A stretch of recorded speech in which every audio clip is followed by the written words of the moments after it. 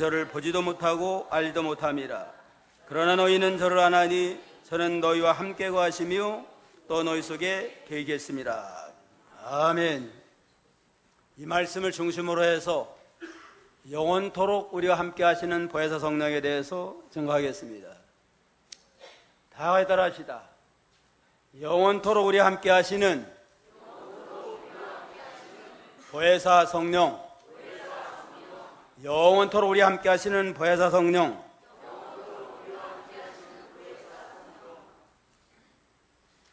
예수님께서 십자가의 죽음을 앞두고 두려워하며 근심하는 제자들에게 너희는 마음에 근심하지 말라.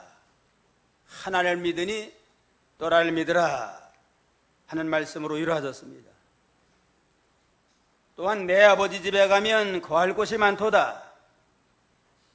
내가 처소를 예비하면 다시 와서 너희를 데리러 오시리라 하는 말씀으로 천국과 재림을 소망하며 근심하지 말고 너희가 내 이름으로 구하는 것은 무엇이든지 내가 그것을 시행할 것이라 하시면서 우리로 하여금 기도의 응답의 확신을 가지고 염려하지 말라 하고 위로하셨습니다.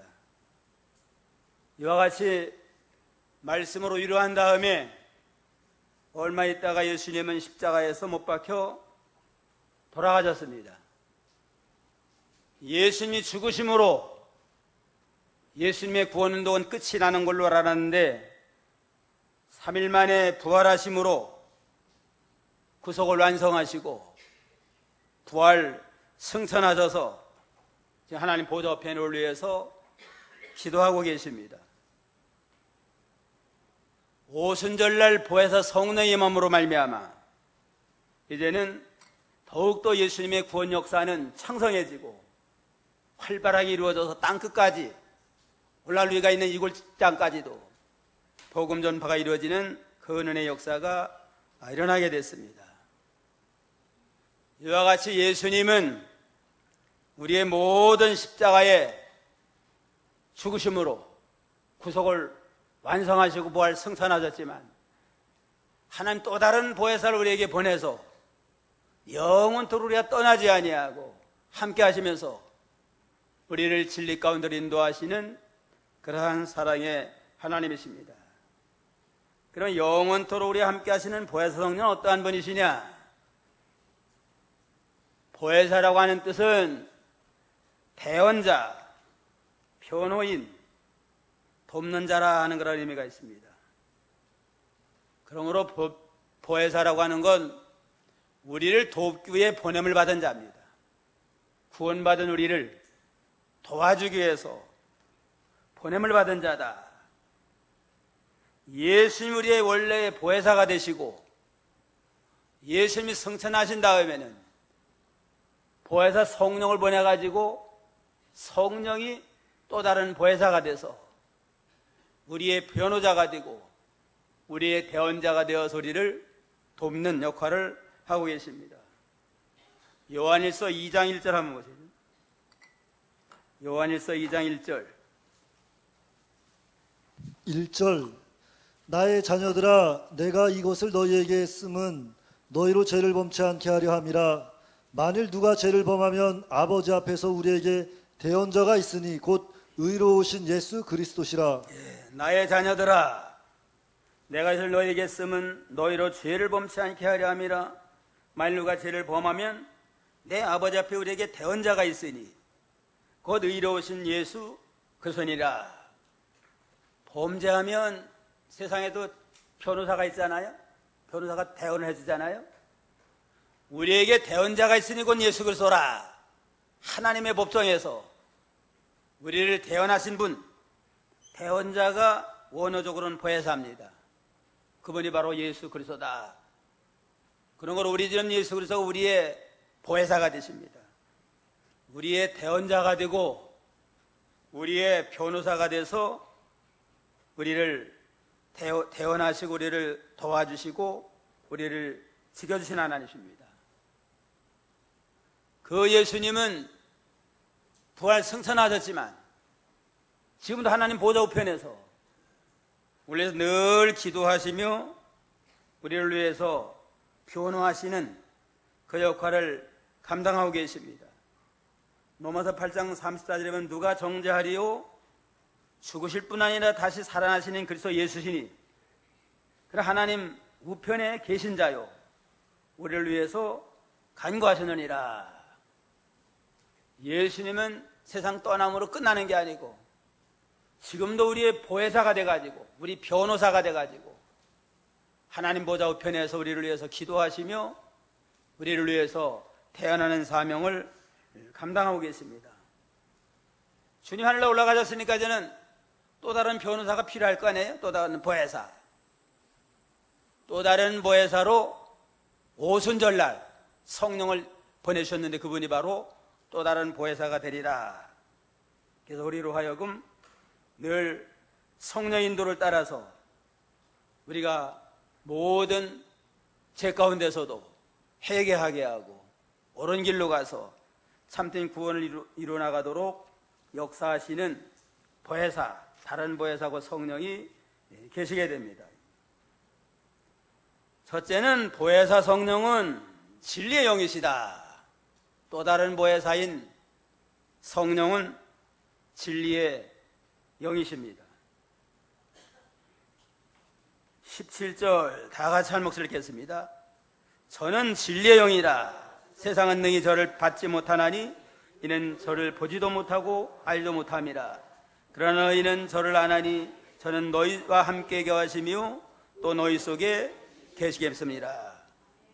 저는 진리의 영이라. 보혜사 성령은 또 다른 보혜사인데 그 성령은 진리의 영이십니다.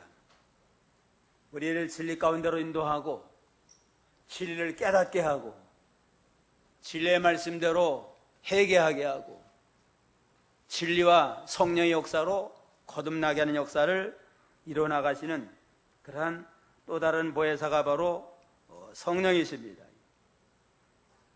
요한복음 15장 26절에 보면 내가 아버지께로 너희에게 보낼 보혜사 곧 아버지께 나오시는 진리의 성령이 오실 때에 그가 나를 증거하실 것이라. 내가 한나라 올라가면 하나님의 백성 내버려 두는 게 아니고 이제는 그 너에게 보낼 보혜사가 있는데 그의 보혜사는 또 다른 보혜사인데 곧 진리의 성령이라 이렇게 말씀을 했습니다. 성령의 역사가 아니면 보혜사 성령의 역사가 아니면 예수를 알 수도 없고 믿을 수가 없습니다. 요한복음 3장에 보면 이 니고데모라고 하는 훌륭한 사람이 나와요. 니고데모는 율법 선생이요 바리새인이요 관원이면은 사내들인 공회의원이면 요즘 국회의원과 같은 아주 존귀한 자입니다. 그런데 이 니고데모가 예수님은 하나님이 보낸 특별한 사람인 걸 알겠는데 하는 모든 역사를 보니까 정정당당하게 대낮에 찾아오면 출교를 당해요. 그냥 국회의원에서 쫓겨나고 유대교에 쫓겨나서 출교당할 것 같으니까 밤중에 찾아와가지고 이제는 문답을 하게 됐습니다.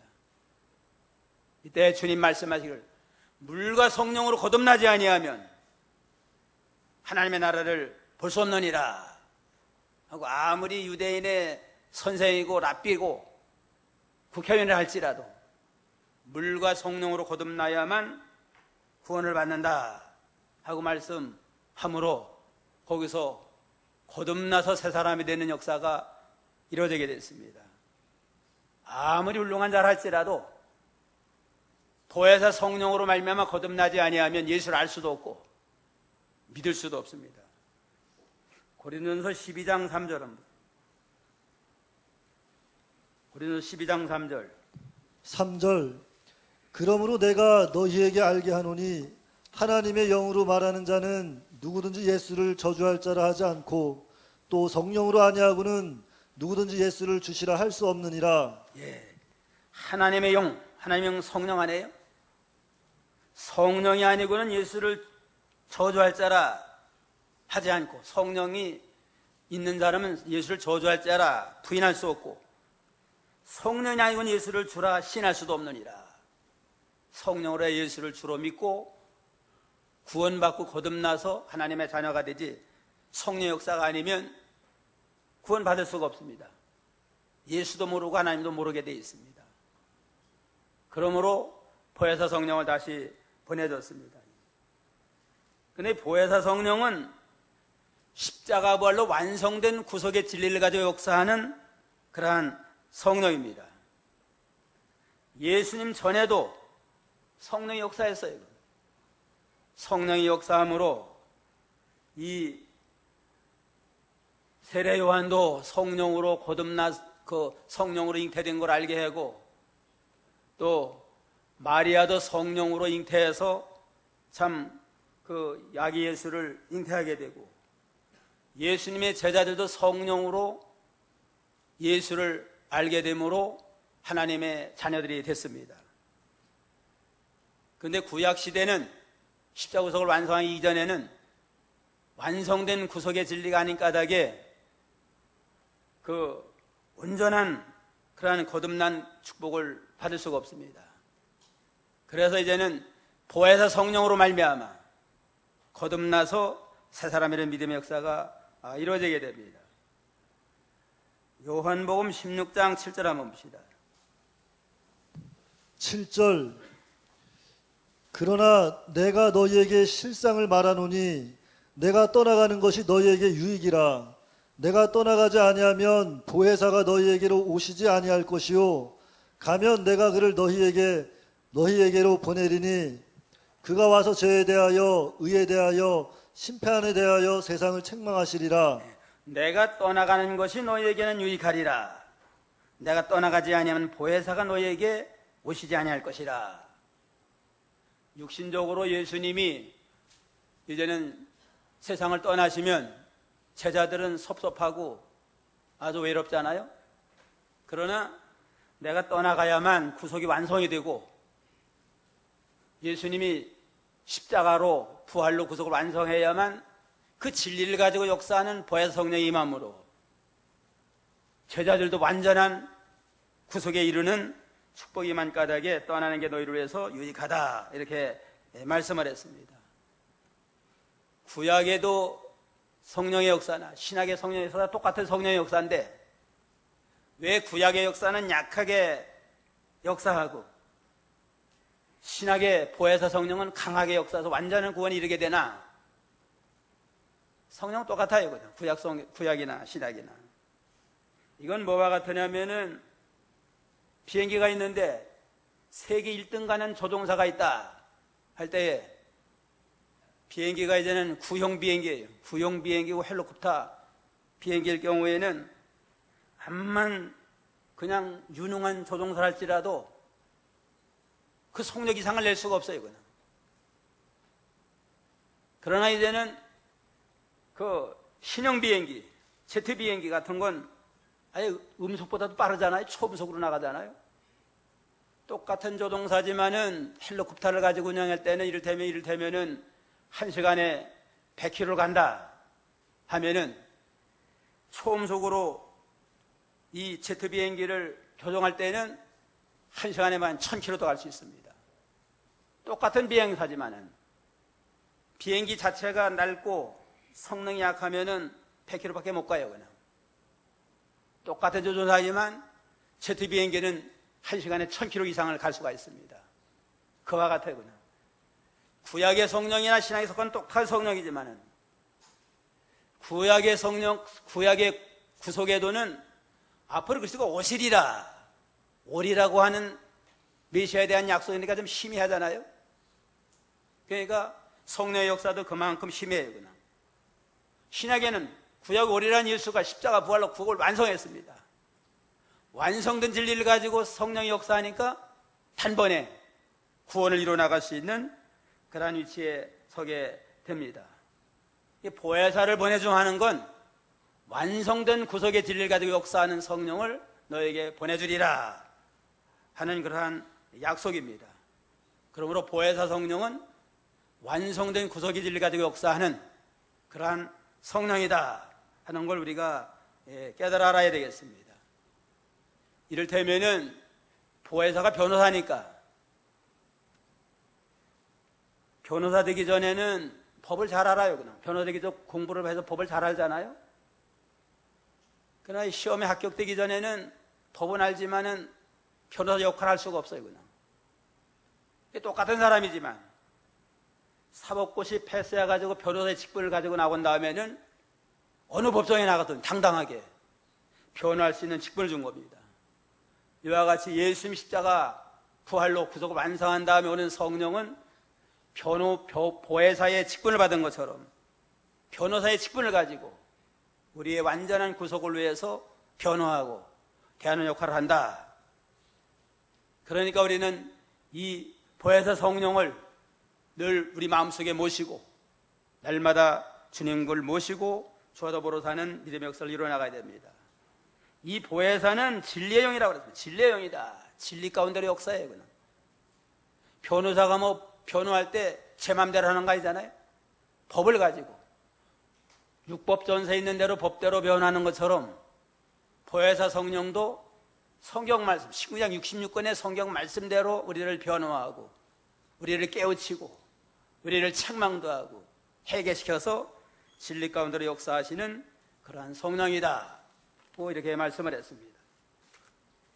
요한복음 16장 13절 13절 그러하나 진리의 성령이 오시면 그가 너희를 모든 진리 가운데로 인도하시리니 그가 자의로 말하지 않고 오직 듣는 것을 말하시며 장래일을 너희에게 알리시리라. 그러하나 진리의 성령이 오시면 그가 너희를 모든 진리 가운데로 인도하시리니 그가 자유로 말하지 않고 오직 듣는 것을 말하시며 장래를 너희에게 알리시리라. 보혜사 성령은 진리의 성령이고 우리를 진리를 깨닫게 하고 진리대로 우리를 거듭나게 하고 진리 가운데로 인도해서 구원을 잘 이루어나가도록 역사하시는 그러한 성령입니다. 그런 거로 이제는 하나님의 말씀을 사모하며 읽고 듣고 순종할 때 성령이 충만하게 역사해요. 성령 충만은 말씀 충만입니다. 진리의 말씀을 온전히 100% 순종하면 성령도 100% 역사해서 우리를 진리 가운데로 인도해서 온전한 구원을 이루어나가도록 역사하십니다. 보혜사 성령은 진리의 영이라는 거, 우리를 진리 가운데로 인도합니다.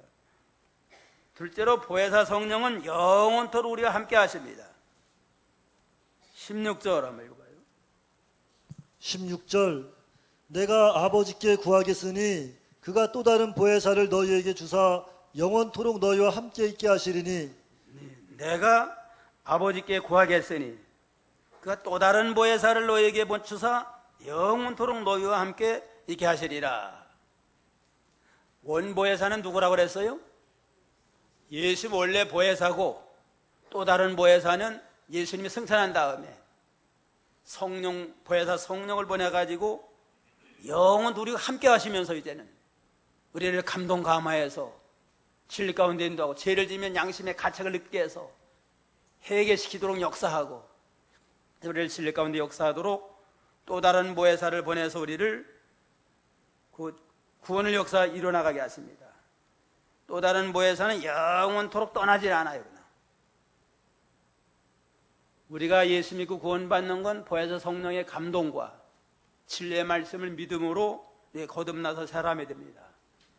그 보혜사 성령은 세상 끝날까지 우리 함께 하시고 영원히 떠나지 아니하면서 우리를 늘 감동 감화해서 우리를 진리 가운데로 인도하고 믿음으로 인도하고 신앙 양심을 쓰게 하고 양심을 거스르면 자꾸 성령이 감동을 해요. 감동 감화시켜가지고 우리를 회개하도록 역사하십니다. 이 신앙 양심을 소멸하는 건 성령을 소멸하는 겁니다. 성령을 소멸하지 말라고 그랬는데 양심을 자꾸 가책을 느낄 때 이게 성령의 역사예요. 그때 회개하고 고치고 바로 서면 성령을 전적으로 받아 나가는데 회개하지 아니하고 거스려 나가면 성령을 소멸하게 되고 점점이 되는 그게 깊어지면 화인 맞아요. 양심이 화인 맞아가지고 성령의 역사를 우리가 받아나갈 수가 없습니다. 보혜사 성령은 진리의 성령으로 진리 가운데 역사하고 영원히 우리를 떠나지 아니하고 세상 끝날까지 함께 하심으로 우리를 대원해 주시고 보호하는 역할을 감당해 나가게 됩니다. 결혼할 때는 결혼하는 여인들에게 남자들이 약속하잖아요. 내가 당신을 영원히 사랑합니다. 영원히 내가 당신을 지켜주겠습니다. 능력도 없으면서 자기 사람 만들라고 그냥 영원히 떠나지 아니하고 내가 지켜준다. 그거 지키는 사람 그거 쉽지 않잖아요. KBS 방송에서 기혼자에 대해서 좀 설문조사를 했대요. 그냥 설문조사를 했는데 다시 태어나도 현재 배우자와 함께 다시 결혼하기를 원하는 사람은 얼마나 되나? 얼마나 될까요? 한번 손 들어보라고 그럴까요? 남자들은 47%, 여자는 72%가 아니요라고 대답을 했대요. 결혼할 때는 그냥 당신을 영원히 사랑하고 영원히 지켜주마 하고 약속을 했다가 몇 년 살다 보면서 이제는 남자는 47%가 아닙니다. 여자는 72%나 아니라고 그랬대요. 그냥. 여자들이 실망을 더하는 모양이에요. 그냥. 인간은 결혼할 때는 진심일 거예요. 사실 진심이에요. 결혼 당시에는 진심으로 당신만 사랑하고 당신을 영원히 지켜주고 보호하겠습니다 했다가 살다 보면서 여러 가지 그냥 남자들은 그래도 한 절반 이상은 다시 53%는 다시 결혼한다고 그러는데 여자 28%만 결혼한대요. 그냥. 인간은 암철석같이 약속을 했을지라도 다 인간이 불완전하니까 지키고 싶어도 못 지켜요. 그냥. 그러나 보혜사 성령은 영원히 실제로 떠나지 않아요. 떠나지 아니하고 버리지 아니하고 너와 함께하리라. 그 약속을 든든히 붙들고 있잖아요.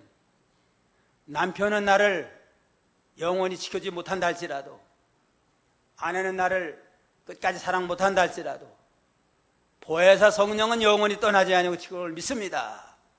하나님 믿고 나가면 믿음으로 이제는 승리생활을 할 수가 있습니다.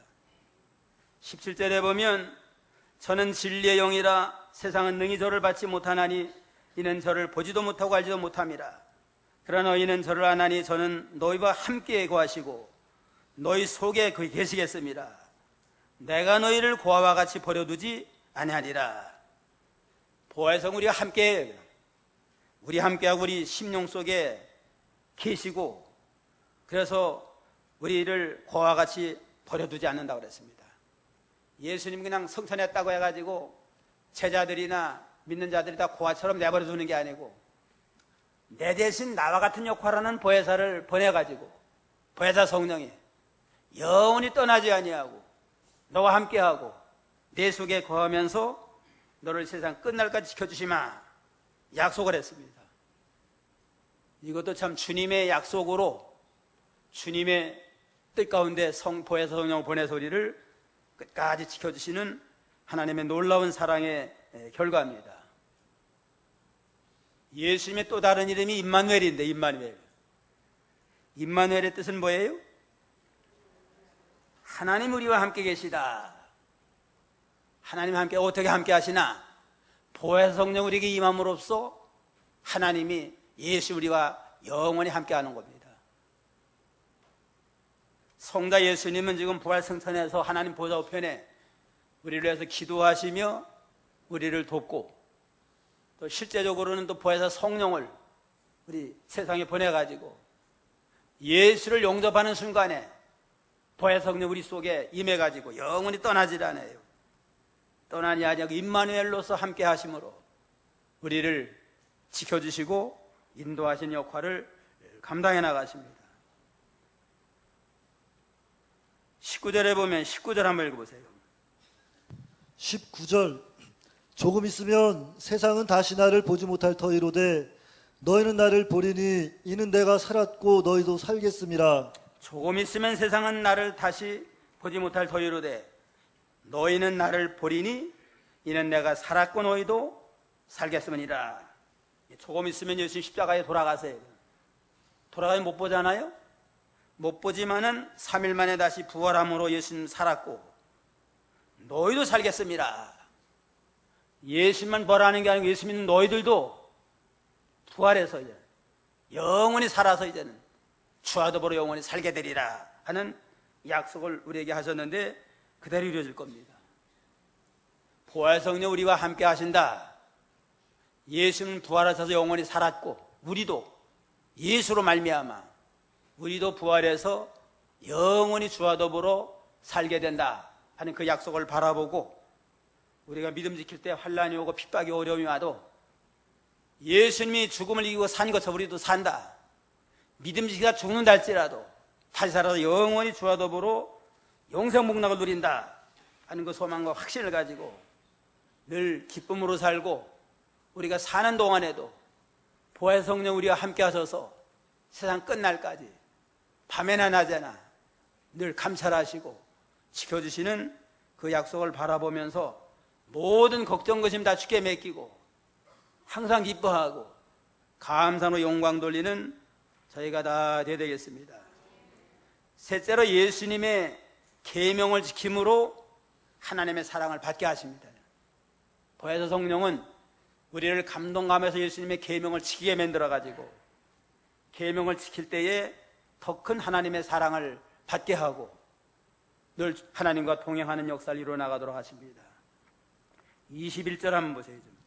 21절 나의 계명을 가지고 지키는 자라야 나를 사랑하는 자니 나를 사랑하는 자는 내 아버지께 사랑을 받을 것이요 나도 그를 사랑하여 그에게 나를 나타내리라. 나의 계명을 가지고 지키는 자라야 나를 사랑하는 자니 나를 사랑하는 자는 내 아버지께 사랑을 받을 것이요 나도 그를 사랑하여 그에게 나를 나타내리라. 말로만 사랑합니다 사랑합니다가 사랑하는 게 아니고 주님의 계명을 지키는 자, 주님의 말씀을 순종하면서 나가는 자가 참으로 주님을 사랑하는 자고 그러한 자는 하나님의 사랑을 듬뿍 얻게 된다고 그랬습니다. 말로만 사랑하는 건 진정한 사람이 못 돼요. 그냥 내가 아버지를 사랑합니다 존경합니다 하고서는 부모님의 말씀 한 길을 흘러버리고 무시해버리면 그 부모 사랑하는 게 부모 무시하는 거 아니에요? 우리도 하나님을 사랑한다면 예수를 진정으로 사랑한다면 주님의 말씀 주님의 계명을 지킬 때의 진정한 사랑인데 그러한 자에게 하나님 아버지의 사랑을 듬뿍 받고 사랑 가운데 거하는 자가 됩니다. 이걸 보혜사 성령이 역사하는 겁니다. 우리를 감동 감화시켜요. 그냥 감동 감화시켜가지고 오늘 주일날이니까 암만 바빠도 세상으로 나가면 안 된다. 하나님 앞으로 가라. 양심으로 자꾸 역사를 하잖아요. 감동이 하나님 앞에 나와가지고 순종할 때 영적 안식에 참여하고 신령한 복을 얻게 됩니다. 보혜사 성령의 감동으로 예수님의 계명을 지키게 해서 하나님의 놀라운 사랑을 누리면서 은혜 속에 복받게 하고 또 아예 거처를 삼다 그랬습니다. 거처 23절에 23절 예수께서 대답하여 가라사대 사람이 나를 사랑하면 내 말을 지키리니 내 아버지께서 저를 사랑하실 것이요 우리가 저에게 와서 거처를 저와 함께하리라. 사람이 나를 사랑하면 내 말을 지키리니 내 아버지께서는 저를 사랑하실 것이요 우리가 저에게 와서 거처를 저와 함께 하리라. 우리가 진정으로 하나님을 사랑한다면 하나님의 말씀을 지키게 돼 있고 말씀을 지키는 자에게 하나님의 사랑을 받게 돼 있고 사랑만 받는 게 아니고 그냥 거처를 삼아요. 그냥 우리가 저에게 와서 거처를 저와 함께 하라. 우리가 하니까 삼위일체 하나님이 하나님을 사랑하는 성도의 심령 속에 거처를 삼고 임재해가지고 늘 지켜주시고 보호함으로 그 마음이 하나님 함께하는 마음이니까 거기가 어디예요? 마음이 천국이 돼요. 그냥 그 어디나 내 주에서 모시고 천국이라는 것처럼 마음으로 하나님을 순종함으로 하나님의 사랑 가운데 두 성자 성령의 하나님이 마음속에 임하니까 마음의 천국이 임하니까 항상 기쁘고 즐거움으로 은혜 생활하는 천국 생활하는 복된 성도가 됩니다. 가족이 온 가족이 하나님을 진정으로 사랑하고 말씀 안에 살면 가정 가운데 삼일체 하나님이 함께함으로 가정 천국을 이루게 되고 교회가 모든 성도가 진정으로 주님을 사랑하고 주의 계명의 말씀대로 살면 교회 성부 성자 성령 삼일체 하나님이 함께 거처를 삼고 함으로 교회에서 천국이 됩니다. 교회라고 다 천국이 아니에요. 그냥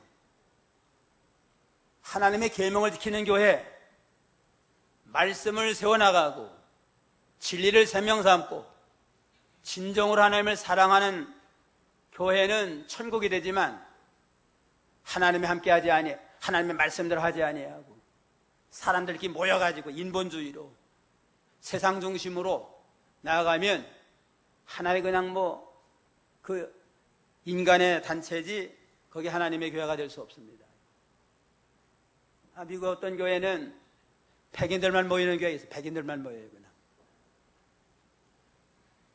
흑인이 한번 하루에 갔더니만 흑인이라고 쫓겨났어요. 그냥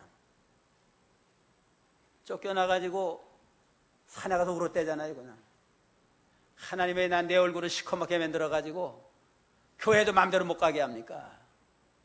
하면서 우는 때에 하나님의 음성이 나타나는데 너는 하루 가서 박대 받고 그러냐? 나는 매주일 가서 그 교회 가서 박대 받는다. 주님이 그 교회 들어가려고 했는데 거기는 백인들만 모이니까 예수도 필요 없고 하나님도 필요 없고 자기네 백인들만 모여서 예배드리자 하니까 거기는 백인 집단이지 하나님의 교회가 아니에요. 거기는 그게 천국이 못 됩니다. 하나님의 교회에 하나님을 첫째로 하고 하나님의 말씀을 생명 삼고 하나님을 경외하며 말씀 안에 거함의 말씀을 세워나가는 교회는 진정으로 하나님을 사랑하는 교회고 삼일체 하나님이 함께하는 천국이 되지만 인간적인 방법이나 세상 방법으로 이렇게 차별하고 박대하고 나가면 거기는 하나님의 교회가 못 됩니다. 우리 교회가 먼저 하나님의 교회가 되고 우리 가정, 우리의 심령이 진정으로 하나님의 계명의 말씀대로 온전히 순종함으로 하나님의 사랑을 받고 삼일체 하나님의 거처로 삼는 천국을 이루어나가는 복된 성도가 다 되겠습니다. 넷째는 예수님의 평안을 주심으로 근심하지 않게 하십니다. 27절 다 같이요. 다 같이 27절 하겠습니다. 평안을 너에게 끼치노니 곧 나의 평안을 너에게 주노라. 내가 너에게 주는 것은 세상이 주는 것 같지 아니하니라. 너희는 마음에 근심도 말고 두려워하지도 말아라. 예수님의 계명을 지켜서 진정으로 하나님을 사랑하고 하나님의 거처가 된 자에게는 나의 평안을 너에게 주노라. 예수님의 평안을 주셔서 그 평안을 누림으로 근심하지 아니하고 항상 기쁘고 즐거움으로 승리생활하는 복된 성도가 되게 하시마 약속을 했습니다. 나의 평안을 너에게 주노라. 나의 평안은 예수님의 평안 아니에요? 예수님이 누리는 평안은 하나님의 평강입니다. 하나님이 누리는 평강을 우리 마음속에 불어넣어가지고 그 평강의 마음을 누리고 살 때는 어떠한 환경 가운데 있을지라도 어떠한 고난과 핍박 가운데 있을지라도 죽는 일을 만나도 기쁨으로 통과할 수 있고 멸시천대를 받아도 사람은 멸시해도 하나님은 나와 함께 하신다 하는 하나님의 위로로서 승리하는 그러한 성도가 될 수 있습니다. 예수님이 부활하신 다음에 제자들에게 처음으로 주신 선물이 평강 선물 아니에요? 요한복음 20장 19절로 20절 19절로 20절 요한복음 20장 19절 이날 곧 안식구 첫날 저녁 때에 제자들이 유대인들을 두려워하여 모인 곳에 문들을 닫았더니 예수께서 오사 가운데 서서 가라사대 너에게 평강이 있을지어다. 이 말씀을 하시고 손과 옆구리를 보이시니 제자들이 주를 보고 기뻐하더라. 예. 안식 후 첫날 예수님이 금요일날 십자가에 돌아가셨다가 이제는 안식 후 첫날 토요일날 그 다음 첫날 주일날 새벽에 부활하셨습니다. 제자들은 다 예수님 십자가 못 박인 다음에 다 도망가고 숨고 그러다가 이제는 마가의 다락방에 숨어 있었습니다. 문 꼭 걸어 잠그고 이제는 문 걸어 잠그고 아마 신발도 다 숨겼을 것 같아요. 그냥 로마 군병들이나 바리새인들이 발각되면 죽을 테니까 문 꼭 걸어 잠그고 숨었는데 저녁에 문은 닫았는데 주님이 나타나셨습니다. 나타나시고 너희에게 평강이 있을지어다 하고 평강을 불어넣음으로 모든 제자들의 두려움과 공포가 다 사라지고 주님을 인하여 기뻐하더라 하고 기뻐서 아주 참 변화가 됐습니다. 주님은 부활하신 주님은 문을 걸어 잠가도 들을 수가 있어요. 먹어도 되고 안 먹어도 되고 눈에 보일 수도 있고 안 보일 수도 있고 신령한 몸은 그와 같이 됩니다. 우리도 이제는 부활할 때는 부활한 다음에는 예수님 같은 신령한 몸으로 변화돼 가지고 영원히 천국 가서 영생복을 누릴 그 소망을 우리에게 주셨습니다. 오늘날 우리에게 이 평강을 우리에게 주셨어요. 그냥 이 평강을 누리게 살면 어떠한 경우라도 근심하지 아니하고 기쁨으로 승리할 수 있지만 하나님 주신 평강과 구속에는 생각하지 못하고 환경만 보고 인간적인 생각, 환경만 보면 두려워서 베드로가 물 위로 걸어가다가 환경을 보고 빠져가는 것처럼 빠져갑니다. 주님만 바라보고 주님의 약속만 바라보면서 우리가 믿음으로 승리 생활해야 되겠습니다. 영원토록 우리 함께 하시는 보혜사 성령. 보혜사 성령은 어떠한 성령이라고 그랬어요? 진리의 영이시다. 우리를 진리 가운데로 인도하는 진리의 영이시고, 둘째는 어떠한 성령이에요? 영원토록 우리와 함께 하십니다.